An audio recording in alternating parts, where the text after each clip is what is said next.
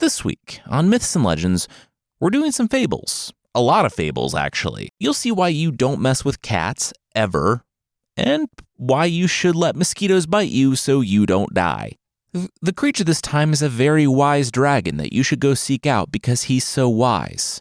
Definitely don't think about how he's the one spreading rumors of his wisdom and trying to get, essentially, free meal delivery.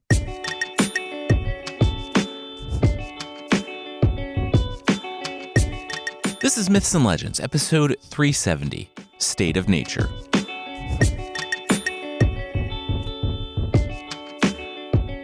This is a podcast where we tell stories from mythology and folklore. Some are incredibly popular stories you might think you know, but with surprising origins. Others are tales that might be new to you, but are definitely worth a listen. Like I said, we're telling some of Aesop's fables this week. Aesop is a fabulist, which is the name of someone who writes fables, and maybe also my new dream job title. It probably doesn't count if you adapt fables, so I still have something to strive for. Aesop, though, probably didn't exist, which would make him a fabulous fabulist. Wordplay aside, though, very little is known about Aesop's life. He's said to have lived between 620 and 564 BC, and he does have a legendary origin, which I'll read and see if it's worth telling on this podcast. Aesop, as the legends go, was an enslaved man who, through his storytelling ability, gained freedom and served as an advisor to kings. We'll jump in starting with his most famous story, which really just serves as a way to tell all of his other, far more interesting fables.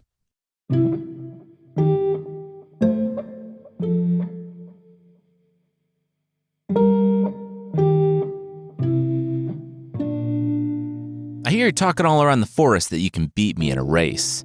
The hare laughed at the tortoise. You think you're faster than me? The hare poked the tortoise's shell and then jumped at the sound in the bushes because a hare is still a prey animal. No, obviously I'm not faster than you, the tortoise replied. That's right, you're not. Wait. The hare's shoulders slumped. Why? The hare wondered why he was assuming this uncharacteristically antagonistic posture and tone. Because I said I can beat you in a race, the tortoise said. Because I can. No, I'm faster, the hare reiterated. Yes, the tortoise agreed.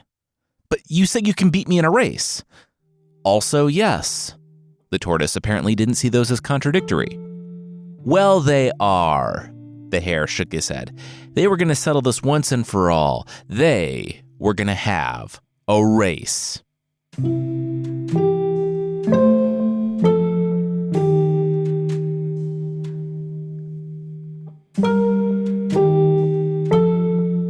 I mean, it's kind of punching down, don't you think? The hedgehog said, as she was sitting in a pool of water outside her burrow in that cute way that hedgehogs do. Really, look up a video, it's adorable. The hare didn't agree. If someone challenges him, he needs to answer that challenge, no matter the source. The hedgehog said, once again, that this type of persistence and aggression was atypical for his species, but on to the more important question, why was he bothering her during bath time? The hare said he was looking for Fox. No one knew the forest and the surrounding countryside better than Fox, and he could plot a fair course through the trees. Nothing about this is fair, that's why I said you're punching down. He's a tortoise. The hedgehog waddled from the bath and shook. She did know where Fox was, though. Can you go get him? I'm currently getting the word out. You have to be your own publicity these days. I have other things to do. I need to root through hedges and other undergrowth in search of the small creatures that compose the bulk of my diet. Insects, worms, centipedes, snails, mice, frogs, and snakes, the hedgehog said informatively, as if she was reading from National Geographic, the top hit on Google when you write, "What do hedgehogs do all day?" Sorry, can't hear you, gotta go, thanks, the hare said. The hedgehog shook her head. Those ears were giant, he heard her. But she did know where Fox was, and she was needing to take a walk that way anyway. She shuffled off toward the hedge.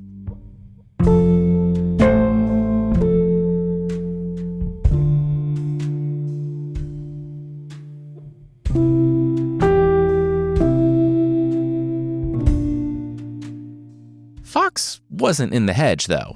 After she finished eating a small snake, which is something that hedgehogs do and looks pretty gross, she saw the fox's telltale claws in the dirt.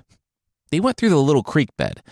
The claw marks were deep as if the fox had lost his grip. The hedgehog looked down the green hill to see the fox. The creature was in a dark, swarming cloud. The hedgehog, who didn't tuck and roll down the hill because that's not something they do, where would we ever get that idea? She also definitely didn't charge up in one spot and then release in a burst of speed. Instead, she safely picked her way down the green hill to see the fox. The mosquitoes that swarmed him moved to the hedgehog, but like many a predator has found out, those spikes don't make for easy eating, so they gave up and went back to the fox. Fox, are you okay? Hedgehog asked. Fox looked up. Oh, hey, Hedgehog. Yeah, he was good. He just fell down this ravine. Just taking a minute. You're being eaten alive by mosquitoes, Hedgehog observed. Yeah. Want me to do something about them? No. Thanks, though. Hedgehog explained that it was really no problem. She hadn't fallen down the ravine, so she could easily just swat them away. The fox said, really, he appreciated the offer, but he wasn't just being polite. You see, he said these flies have been at him a while now and fight amongst each other for spots between his fur, but they're satiated, fat with his blood. If she chased them away, if more came, they would be hungry, and they would feast anew, drinking up all the blood he had left. So, he said, it is better to bear a lesser evil than to risk a greater one in removing it. The hedgehog looked up. Was there music just now? Whatever.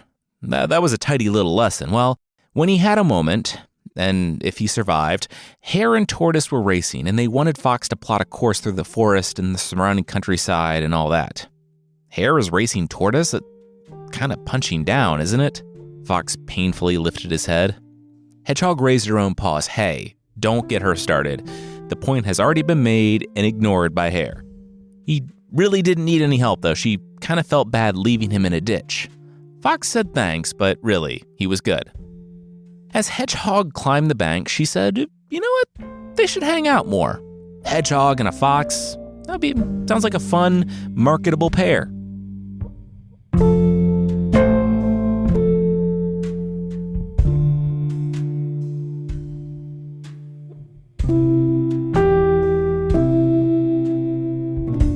Hedgehog waddled back, picking up a snail and a grub on her detour through the swamp. Psst, hey, spear rat, she heard from a nearby pile of leaves. Hedgehog turned. Were they talking to her? Two eyes opened up in the shadows, and Hedgehog ambled over. I'm not a rat, she said to the frog. The frog said he couldn't be expected to tell the difference between all mammals. Hey, was the shadow still there? The hedgehog looked up to the sky, to the bird flying all around. If that's what he meant, then yes. This is bad. This is real bad. All we wanted was a king, the frog croaked. Sounds like there's a story there. The hedgehog was somewhat sympathetic, but also this was the animal kingdom. Creatures died all the time. Even Fox wouldn't have hesitated to devour her, should he have the opportunity. So, yeah. It was hard, but it was hard for everyone, so we called out to Jupiter for a king, and he granted it, the frog cried out, draping his slimy frog hand over his forehead and prompting a cutaway flashback.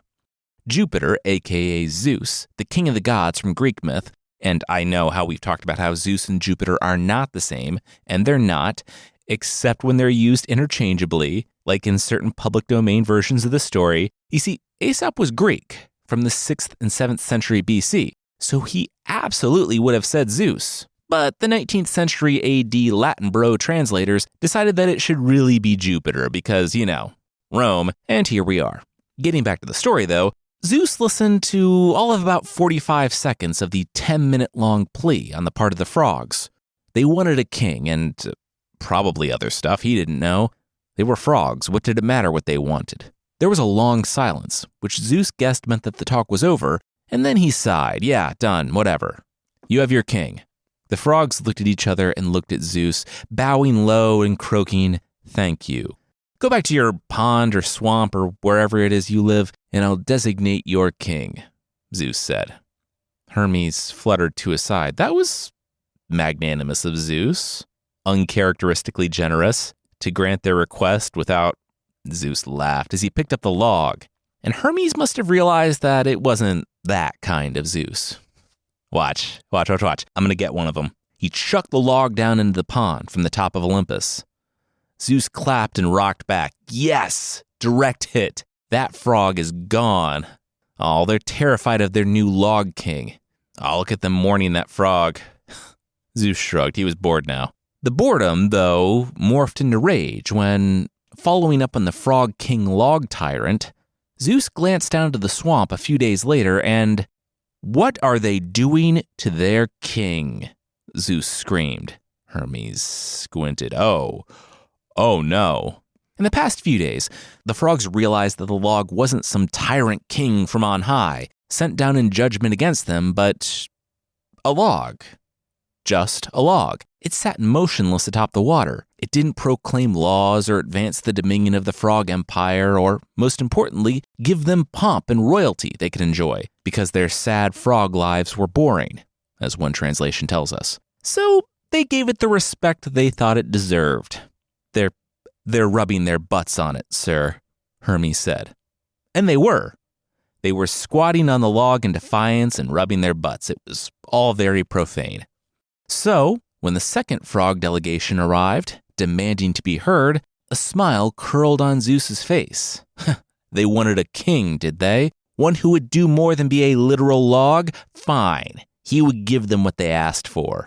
The frog said that was fantastic. Nothing to read into there.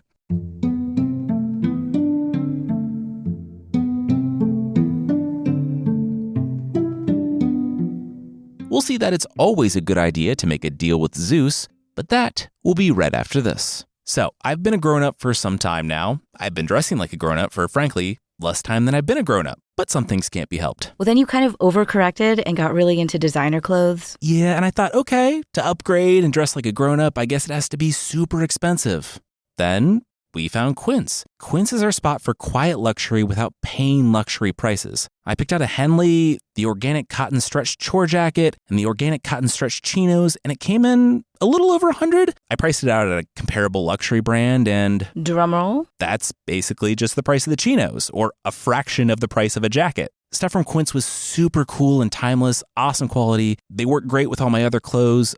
I'm definitely getting more. Everything you got looks great. And you see, Quince partners directly with top factories and cuts out the middlemen, which is how they pass the savings onto you. And Quince only works with factories that use safe, ethical, responsible manufacturing practices and eco-friendly fabrics and finishes, so you can feel good about your Quince clothes and feel good while you wear them. Upgrade your closet this summer with Quince. Right now, go to quince.com/legends to get free shipping and 365-day returns on your next order. That's QUINCE.com/legends for free shipping and 365-day returns. Quince.com/legends.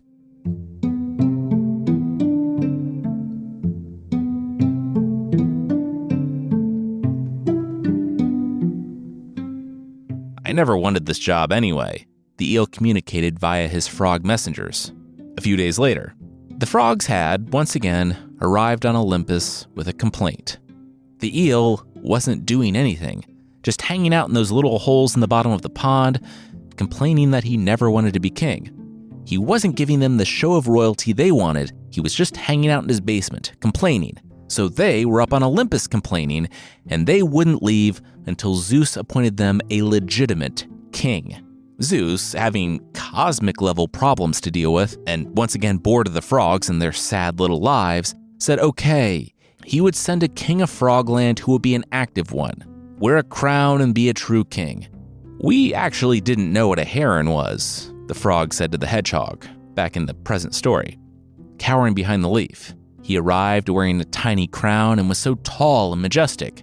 Then he started eating the frogs. They went back to Zeus, while what members of the frog delegation survived all the way to Olympus, with their king flying over them, but Zeus could only laugh when they croaked that he needed to take away this cruel tyrant before they were all destroyed. Zeus shook his head, asking them if they were content now. They had what they wanted, and they only had themselves to blame for their misfortune. So, the frog cleared his throat, you should be sure you can better your condition before you seek to change it. That's the lesson here? Hedgehog asked. The frog nodded, yep, and it's a good one. No, it's not, though. First, it's a rehash of the last one, and second, it really just stands to reinforce the status quo, the hedgehog said. No, to her, the message feels like one where aristocratic monarchical governments are at best ineffective for the needs of the regular person, and at worst destructive, regressing to autocracy and oppression, and the preferable state is one where the frogs govern themselves. The frog looked left and right. Yeah, that feels pretty subversive. Aesop was born about 100 years before Athenian democracy, so the theme of how dare you try to affect political change, you get what you deserve if the tyrant is mean to you, was still very much in vogue. The hedgehog would have loved to continue the conversation on the merits of tyranny and oppression, but the frog was snatched up and torn limb from limb by his king. So she continued on, and as she did, she saw something troubling. Cute, adorable kittens absolutely eviscerating the corpses of an eagle and a wild pig and all of their children.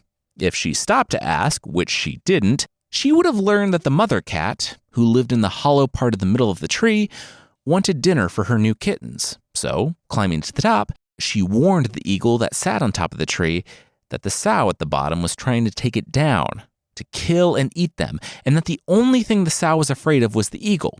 So the eagle must sit perched, which she did, and never leave, lest her own nest fall and end up as pig food.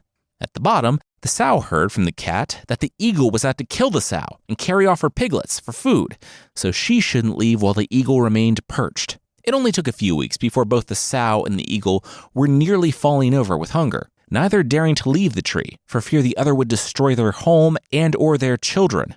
They were easy for the mother cat to sneak up on in the darkness, and the following day, she and her kittens feasted on their flesh, free from all danger.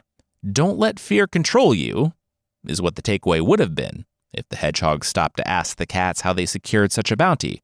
Don't mess with cats, the mom cat said. That's the lesson here. Now keep moving before we bat you around to see how many hits it takes for all your spines to fall out. Hedgehog did just that, and moved quickly. She was almost back when she heard a voice cough.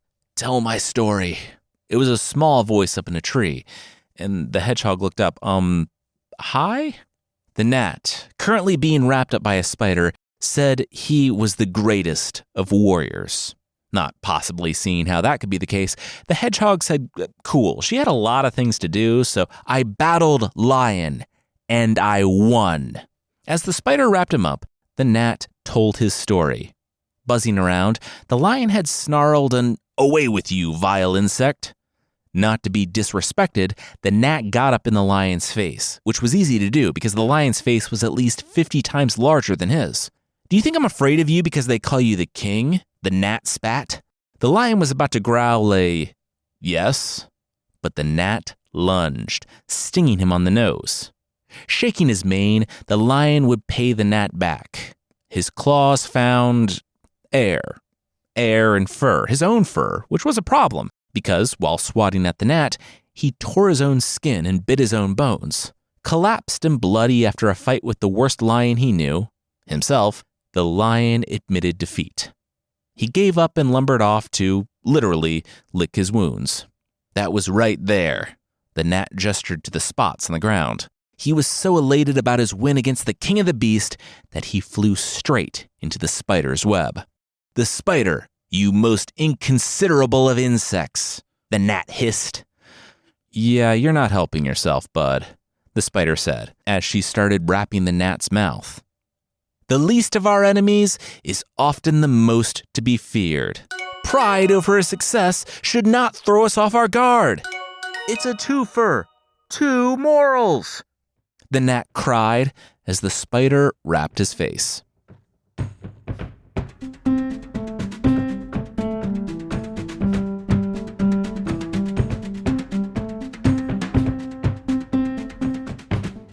It was race day. Fox had plotted the course that ran through the forest, by the village, back through the fields, finishing at the starting line. The animal kingdom was ready. Well, they were as ready as they cared to be. Everyone thought that the hare was punching down, but also that the tortoise maybe shouldn't be running his mouth. It began just like everyone thought. Hare shot right off, and tortoise lazily took a few steps. Eventually, When Hare was well out of view and Tortoise had gone about 10 feet, everyone stopped cheering and just kind of went home. Further down the course, the Hare heard a noise in front of him and dove behind a bush.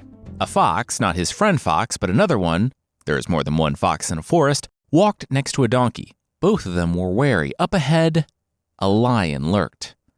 "We'll be fine. We've been working together for years. While you wander in and distract the farmers by grazing on their fields, I go and steal cheese and maybe carry off a chicken. Farmer gets a bite or kick when he tries to lead you away, and we both run off with full bellies," the fox explained. The donkey nodded. That was a succinct summary of their time together, yes. "So I'll talk to him. It'll be fine," the fox said. The donkey took a deep breath. "Sure. Okay." The hare, being a hare, could hear the conversation with the lion. "Hi, hey, please don't eat me. I can get you even more food," the fox said, holding his paws up. The lion studied him. "Speak."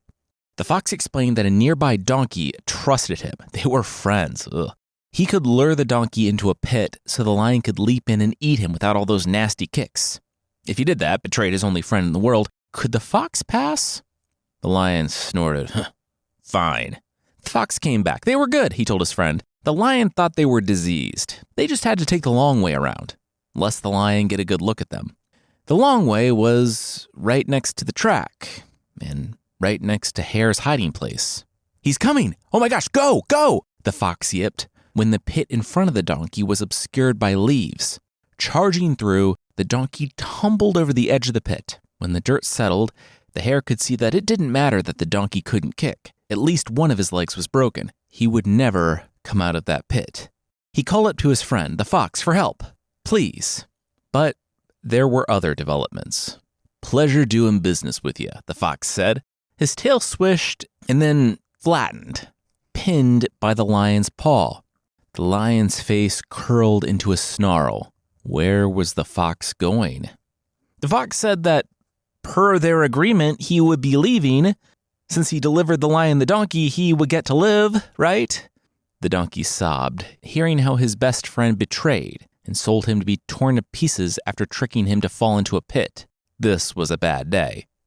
"You had an agreement with the donkey. That didn't stop you." "Why should it stop me?" the lion asked. He had all the time in the world to eat the donkey now. He would enjoy an appetizer first. "Traitors may expect treachery," the lion called out. Using the cries of the fox, the hare ran as fast as he could from the bush. By the time he made it to the village, he was tired. Oof. With that burst of speed, he was pretty far along now. There would be no harm in taking a short break. He found a hole in a hedge just off the track and settled in and, oh, wow. Was that gold? The hare had no wallet or pockets, and the animals had no monetary system or economy, but he knew that a solid gold egg was, well, it was special. And by the look of the mansion in the estate that consumed the entire hillside, so did the man who lived there. The hare looked at the animal the gold came out of, and it was a goose laying a golden egg. A human stomped out from the manor after a servant disappeared into it, carrying the egg. The human held out the egg to the goose, yelling that she needed to up production. Being rich was a very expensive hobby, and he needed more eggs. The hare wasn't great at speaking goose. He had only taken a semester in college, but what he gleaned from all the honking and flapping was that the goose could only lay one egg a day. Please let her go home to her family. The human paced. He didn't speak goose, even though you could pretty much get the gist of it from the goose body language, but he wasn't happy either. Yes, he had chanced upon this goose in her nest of golden eggs in the forest, and yes, he kept her and sold the eggs, moving quickly from hovel to a mansion, but an egg a day was a pittance now. He turned to his servants. "Get the knife." The servants returned with a knife. The goose might not have understood what was happening immediately, but she grasped the severity of the situation when the lord of the manor grasped her neck and plunged the knife into her feathery chest. I don't know what he thought was going to happen, if the eggs were going to come exploding out of some pocket universe in the goose's ovary, but there was no such thing. There was a half-formed golden egg, but other than that, it was just a bunch of goose organs. "Goose organs all the way down," the rich man muttered, shaking his head. "Oh, no, there's skin and more feathers. No eggs, though." "Oh, no!"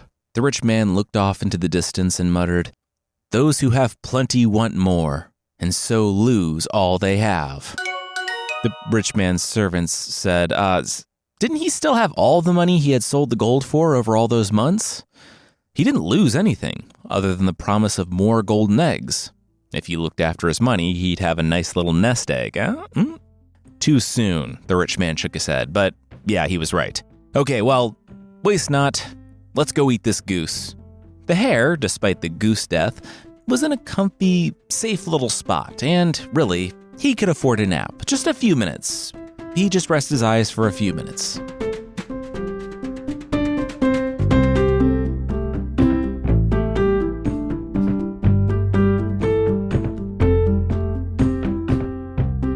Yeah, this ends up going exactly how you think it's going to go. But that will, once again, be right after this.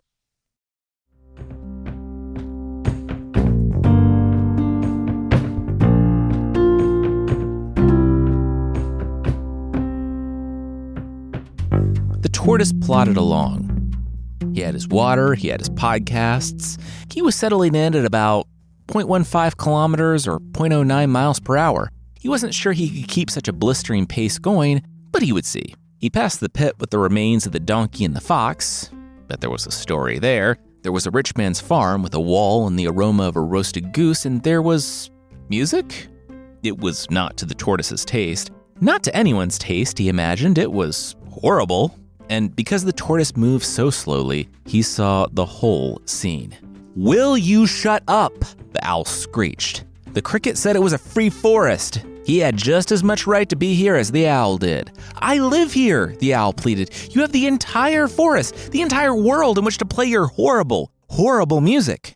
I have to sleep or else I can't hunt. And if I can't hunt, I can't eat. And if I can't eat, I can't live." And the cricket was playing the owl off, drowning her out with his music.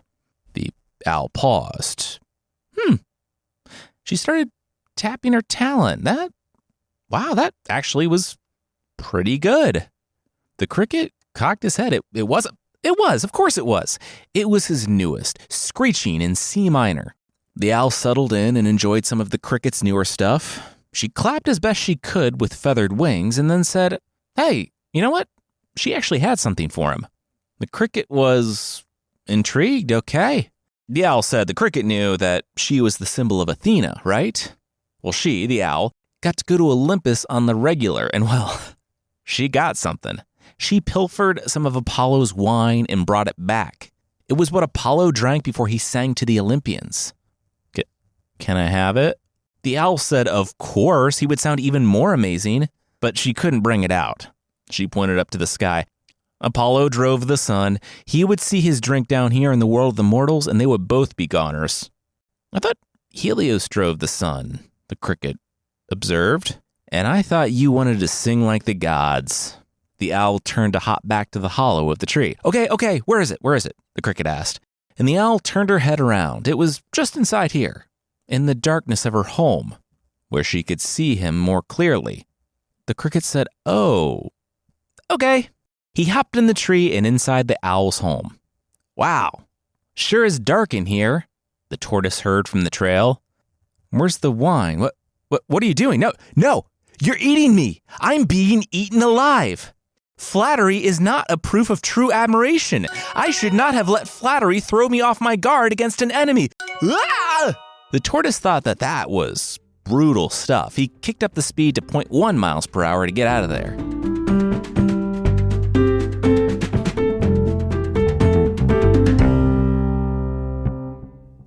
"No, it's gone. It's all gone," the elderly man by the well cried as the tortoise approached. His friend leaned over a nearby wall and looked down. "Oh, the chunk of gold the miserly man had hidden by the well?" The man said, "Yeah, wait, what? His neighbor knew?" "Oh, yeah, I know. We all know." The neighbor rested on the stones with a smile. It was obvious. The way the man was always coming over and checking on it and looking at it from his house and watching people whenever they went to the well. "It was stolen. One of my workers stole it," the man cried. "I honestly never understood why you buried it in the ground to begin with." The neighbor shook his head. "Why didn't he just keep it in his house? That way when he wanted to, spend the money. He could just chip a piece off and sell it. And why was the miser doing that? Why was he rolling around in the ground in shock? It took the miserly man a bit of time to recover from the thought of spending his money. He never touched his gold. He couldn't even think of spending it. The neighbor felt around the wall until, finding a stone, he tossed it to the ground with a thud. "There you go," the neighbor said, gesturing to the stone. "What's that?" "It's a replacement for what you lost." "No, it's a replacement for what you lost. The gold might as well have been a rock for all you were doing with it. Just bury that, and it will serve the same purpose, for a possession is worth no more than the use we make of it."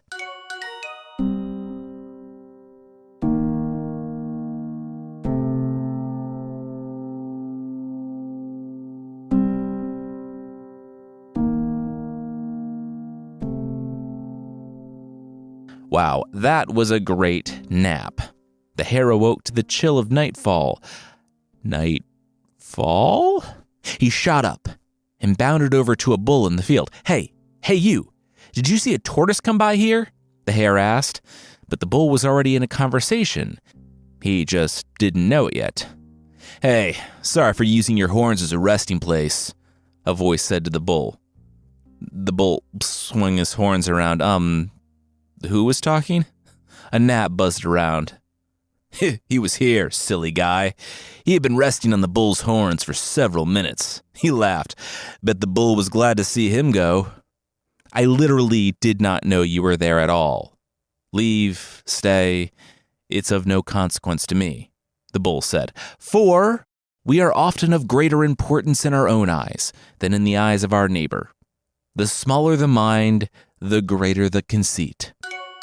As the gnat buzzed off to go drag the bull on social media, the hare waved. "Hey, a tortoise?" The bull thought about it. Actually, yeah, he did. "Hours ago?" "Oh, no," the hare said, and took off. The hare ran as fast as he could through the forest, by the mountains, by the coast, the countless other morals he wouldn't have time to get to until... No. There, at the end, a very weary crowd looked on as the tortoise, plodding along on his little toe-feet things, was not 3 steps from the finish line. "No," the hare said, and ran as fast as he could.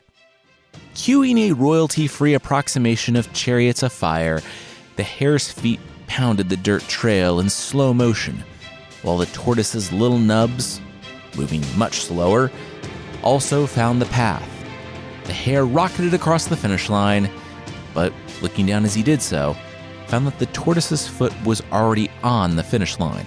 He had done it. He had beaten the rabbit. The lesson here is often slow and steady wins the race, and while that fits, I don't think it tells the whole story. For one version I found, the moral was, the race is not always to the swift. We could probably stop doing that. I like that better because that is the case. Something that we're trying to instill in our son as he's working through grade school is that natural ability is awesome, but it will only get you so far. Doing the work is how you translate your talent or intelligence to have an effect on the real world. It's not that slow and steady wins the race, but that work wins the race every time. No one debated the hare's ability to win, not even the tortoise. But the tortoise knew that the hare would think he was so naturally fast, so much better than the tortoise, that he was untouchable, and take that unearned rest. And that was how the tortoise won. When it comes to raw ability versus hard work, preparation and experience, the latter wins. So, yeah, the race does not always go to the swiftest. That's all for the stories this week. These were fun, but I've heard that people don't always love the animal stories, so let me know if you want to hear more fables. There are a ton more from Aesop. Next week, though, it's Flemish folklore. Well, we'll see why there's misery in the world, and how she's actually not that bad.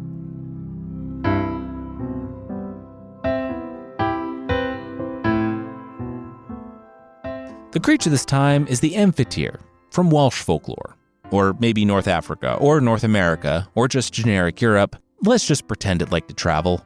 The dragon has a few different names. It's also called the amphitheater, There's a third one, but that's neither amphit here or amphit there. It's actually fit there. And yes, I was so happy when I found I could make that joke.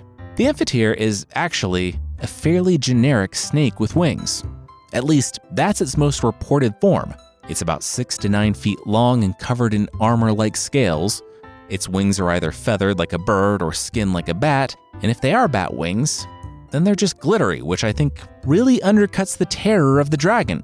That could be because, while it's a dragon and may hypnotize you in order to eat you, it doesn't really want to. It apparently has great wisdom, and people do seek after it. Seems like a trap propagated by a potentially very crafty monster, because, yeah, you can talk to the amphitheer. It'll change your life. What it doesn't mention is that being eaten by a dragon is a life-changing experience, because it's a life-ending experience. Like other dragons that sit on hoards of treasure, like other dragons, the amphitheer sits on hoards of treasure. Unlike others, they don't enjoy it. They're smart enough to get really bored just sitting on treasure, but they do it out of obligation. Obligation to what? Well, even the amphitheer doesn't know. It must be a long-lost cousin of the dragon Cadmus killed in Greek myth, because, like that dragon, if you pull out its teeth and plant them, human soldiers will spring up from the ground, and they'll be fiercely loyal to you forever. So, if you're really bad at leadership and just can't win over that team, just go play dentist with a dragon.